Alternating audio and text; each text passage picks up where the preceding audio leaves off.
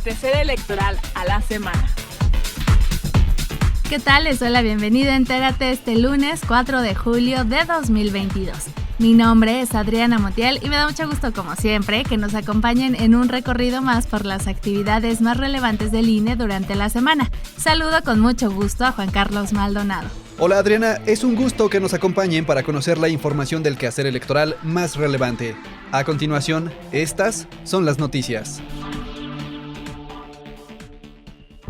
Celebran Foro Regional para América de la Cumbre de la Democracia Electoral. Designa Consejo General a 7 presidencias y 2 consejerías en 7 organismos públicos locales. Aprueba INE demarcaciones territoriales de los distritos electorales locales de Campeche, Coahuila, Colima, Chihuahua, Ciudad de México y Puebla. Conteos rápidos de las elecciones locales 2022 ofrecieron certeza la noche de las elecciones.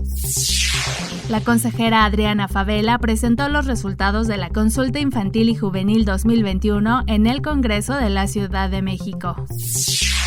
Presentan libro Ciudadanía en Expansión, Orígenes y Funcionamiento de la Democracia Directa Contemporánea de David Altman.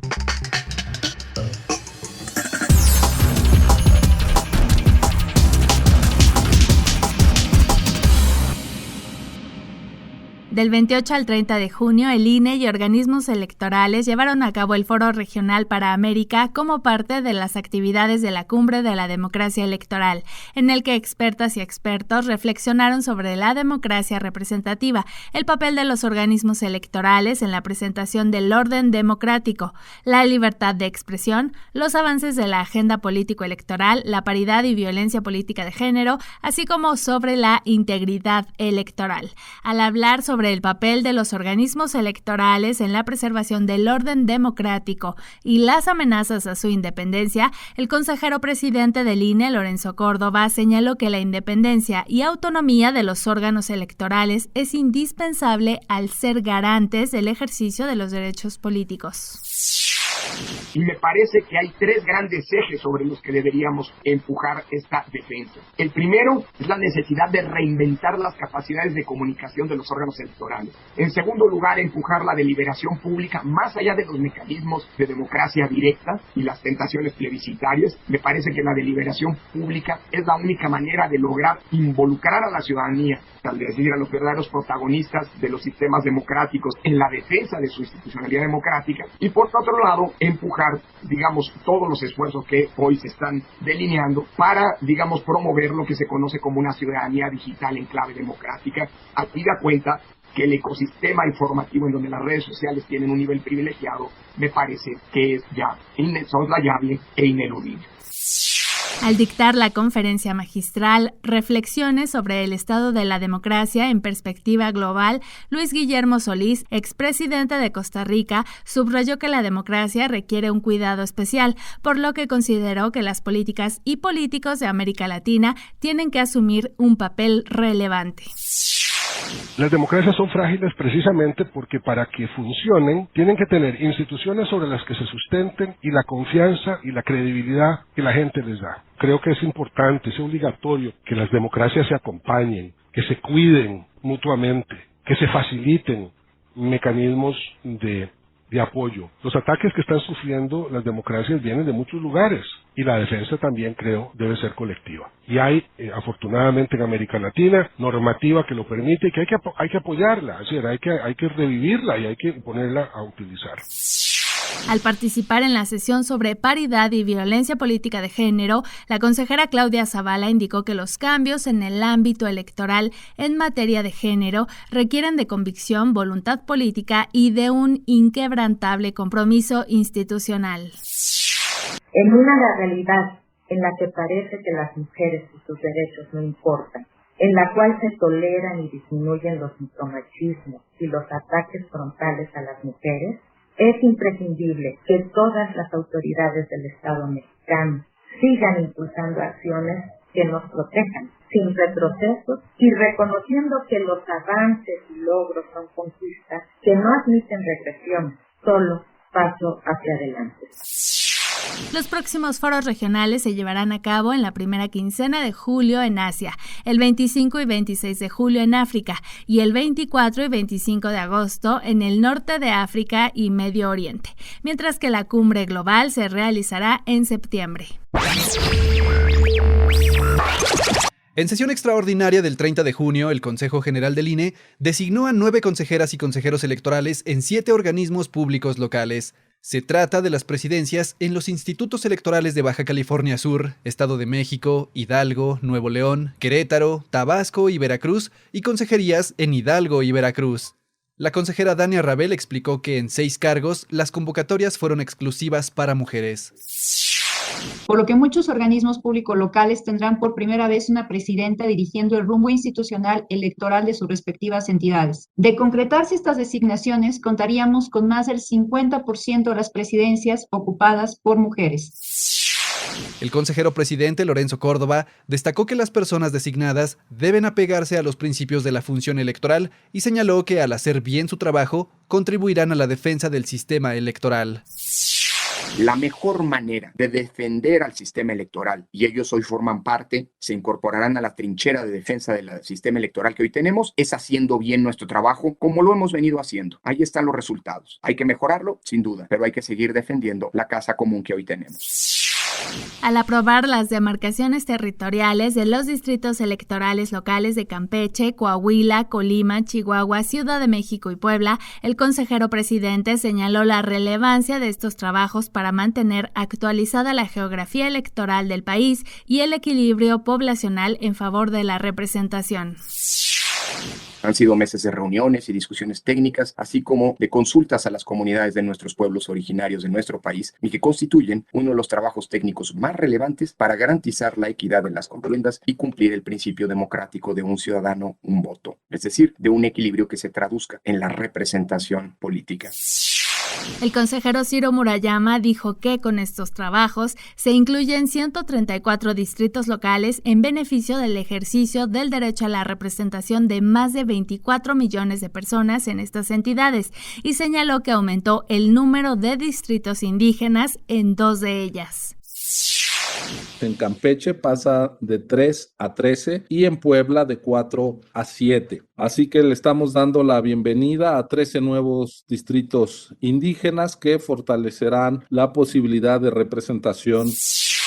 Al presentar un informe sobre el sitio Candidatas y Candidatos Conóceles 2022, la consejera Dania Rabel explicó que el sistema, que por primera vez operó a nivel local, tuvo el objetivo de ofrecer información útil a la ciudadanía para la emisión del voto y destacó que fue accesible para personas con alguna discapacidad.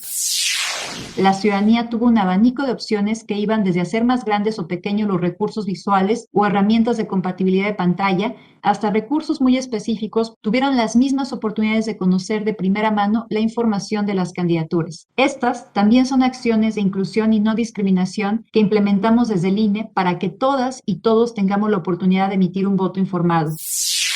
Por otro lado, al presentar el informe final sobre la operación de los conteos rápidos de las elecciones locales 2022, el consejero Ciro Murayama destacó que estos instrumentos funcionaron oportunamente en las elecciones del pasado 5 de junio y ofrecieron información veraz a la ciudadanía.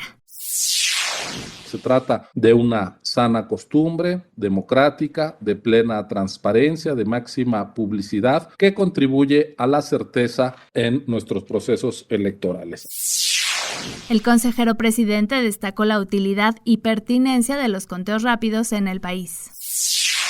La noche misma de la jornada electoral del 5 de junio pasado, una vez que los OPLES recibieron del Instituto Nacional Electoral los resultados de los conteos rápidos y los hicieron públicos, pues prácticamente se acabó la discusión, por lo menos por lo que hace a los resultados electorales de cada una de las 6 elecciones de gubernatura. Y eso habla, insisto, de su utilidad y su pertinencia en términos de gobernabilidad democrática.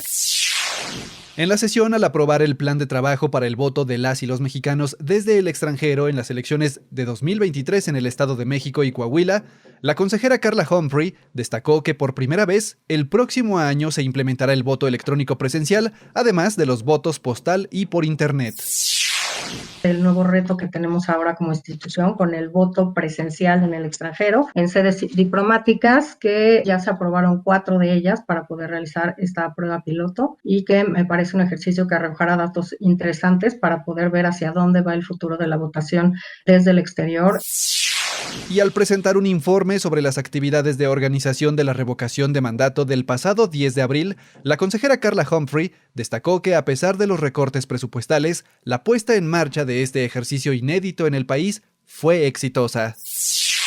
Deja evidencia de los esfuerzos institucionales para generar ahorros y poder hacer más actividades con menos presupuesto y con ahorros institucionales. Muestra de la voluntad que tenemos para lograr una revocación de mandato con las mismas exigencias y calidad con la que hacemos elecciones. Estoy convencida de que vamos en un camino para el desarrollo e implementación de estos mecanismos de democracia directa de manera exitosa. Sin embargo, no desaprovechemos la oportunidad de perfeccionarlos tal como se sugiere en este informe. Al participar el 29 de junio en la presentación del libro Ciudadanía en Expansión, Orígenes y Funcionamiento de la Democracia Directa Contemporánea, coedición del INE y Siglo XXI, el consejero presidente del INE, Lorenzo Córdoba, señaló que el texto hace un recorrido amplio y puntual sobre los orígenes, fundamentos y alcances de los ejercicios de participación ciudadana. Altman hace una reflexión analítica, seria y objetiva. Señala las ventajas, pero no omite las desventajas y las problemáticas, y sobre todo, deja al lector su juicio sobre esta figura a partir de los resultados, de los datos, de la información objetiva que se compilan y se analizan en el libro. Y este no es un asunto menor, insisto, en un tema que tiende a generar, en los tiempos actuales sobre todo, una polarización muy importante de posturas. David Altman, autor del libro, subrayó que el objeto de estudio es la democracia directa y el uso que la ciudadanía da a este tipo de mecanismos.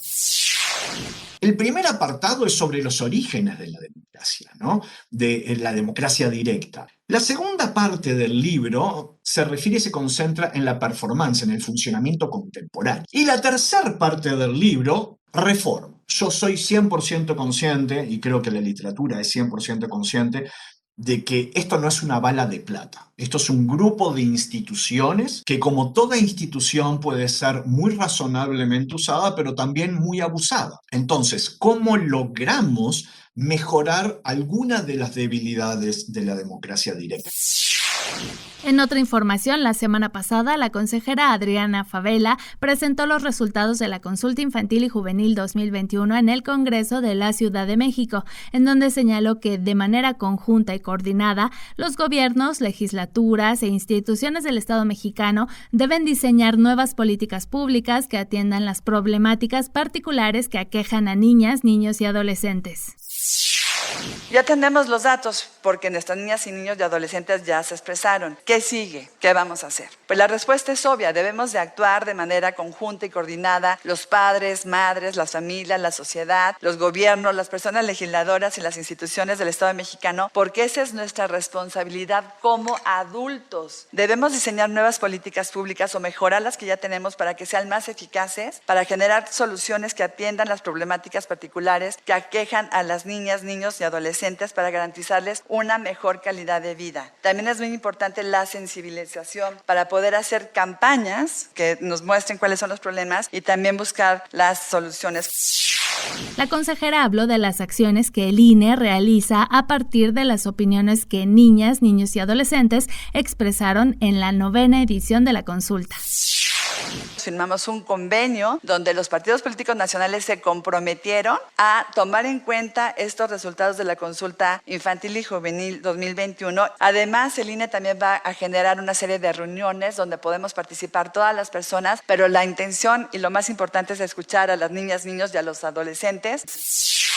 Al participar en la reunión nacional de vocales del Registro Federal de Electores en Guadalajara, Jalisco, el consejero presidente Lorenzo Córdoba destacó que el padrón electoral ha contribuido no solo a la imparcialidad en las contiendas electorales, sino que también permite hacer una aportación social a través de proyectos como la búsqueda de personas desaparecidas, elementos que hacen al INE una de las instituciones más confiables. Por su parte, el consejero Ciro Murayama destacó la importancia del trabajo técnico realizado desde el Registro Federal de Electores en todo el país, pues señaló que contribuye a contar con elecciones libres y auténticas. Además, enfatizó la importancia de preservar el padrón electoral como la piedra fundamental de la credibilidad de las elecciones. Y en el marco de la atención al fortalecimiento de la democracia y el futuro de la ciudadanía, el 1 de julio el INE y Virtual Educa celebraron el 4º Seminario Regional con Partidos Políticos, Representación e Integridad Electoral, Prácticas y Percepciones Regionales, en donde el consejero presidente Lorenzo Córdoba aseguró que la democracia y la tolerancia, en virtud del inevitable e innegable pluralismo que caracteriza a toda sociedad, son conceptos complementarios e indisolubles. Agregó que para que una asamblea legislativa sea realmente democrática, no basta con que todas las fuerzas políticas en la sociedad que sean relativamente relevantes estén presentes, sino que se necesita que su presencia en la asamblea corresponda y refleje el peso político que tienen dentro de la sociedad, pues aseguró que los parlamentos son considerados como los órganos representativos y democráticos por excelencia. Al comentar el segundo panel del seminario, la consejera Norma de la Cruz convocó a seguir formando ciudadanía, pues dijo que la educación cívica tiene que ser parte de un plan nacional.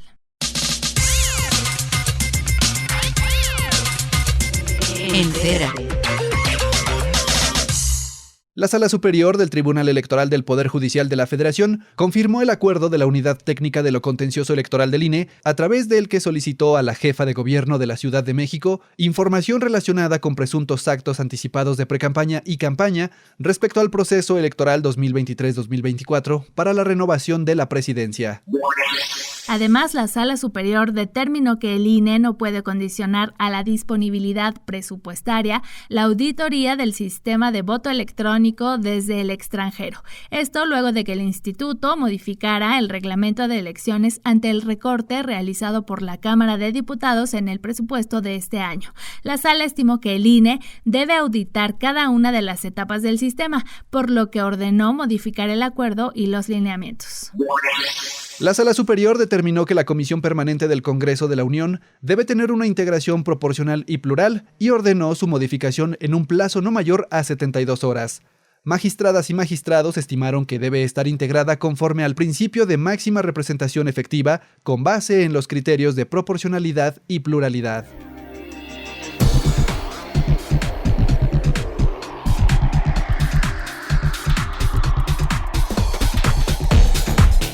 Llegamos así al final de esta emisión de Entérate. Muchas gracias por habernos acompañado en un recorrido más por las actividades más relevantes del INE durante la semana. Recuerden que les esperamos el próximo lunes en centralelectoral.ine.mx. Y no se olviden, como siempre, de visitar las redes sociales del instituto en Facebook, Twitter, Instagram, TikTok y Spotify.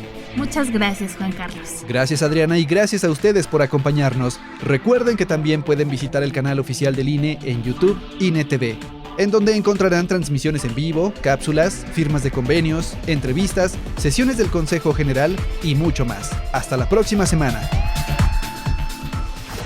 Central Electoral.